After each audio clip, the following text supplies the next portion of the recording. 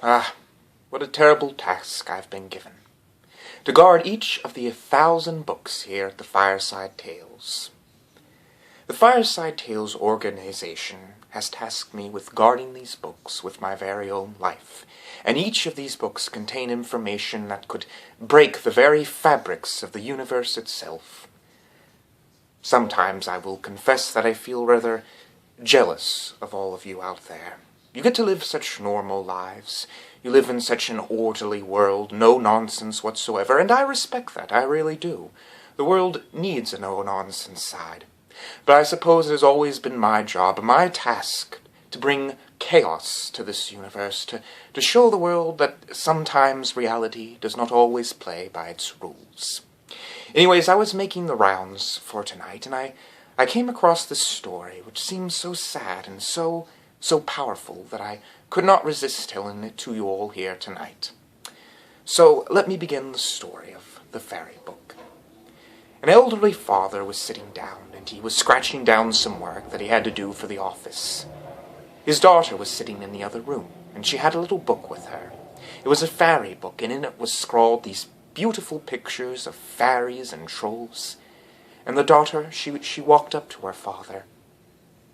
"Daddy," she said hopefully, "Daddy, will you read me from the story?" And the father said, "Oh, I can't right now, sweetie. I'm too busy. I've got a lot of work to do, and the PowerPoint's expected on Wednesday." And the daughter said, "Oh, but please, Father, it's a very short book, and it wouldn't take too much time." And the dad said, "Really, I can't do it right now. I'll do it later, sometime else. Go ask your mother." And the daughter said, "Well, Mommy's not home, but you see here, Dad?" And she showed him a picture. "This is a picture of a fairy.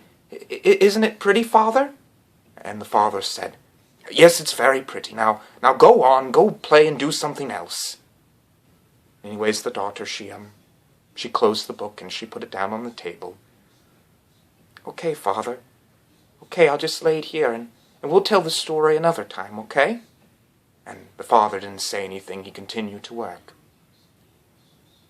It was a couple days later that the father stood, and he was by the grave of his daughter, and he sat there with the book in his hand, and tears were in his eyes. "Such a beautiful-looking story," he remembered his daughter saying. This is a rather, terrible moment that I must confess occurred in the Fireside Tales. Like anything else, the magic of the Fireside Tales is not perfect, and there are as many good stories as there are bad.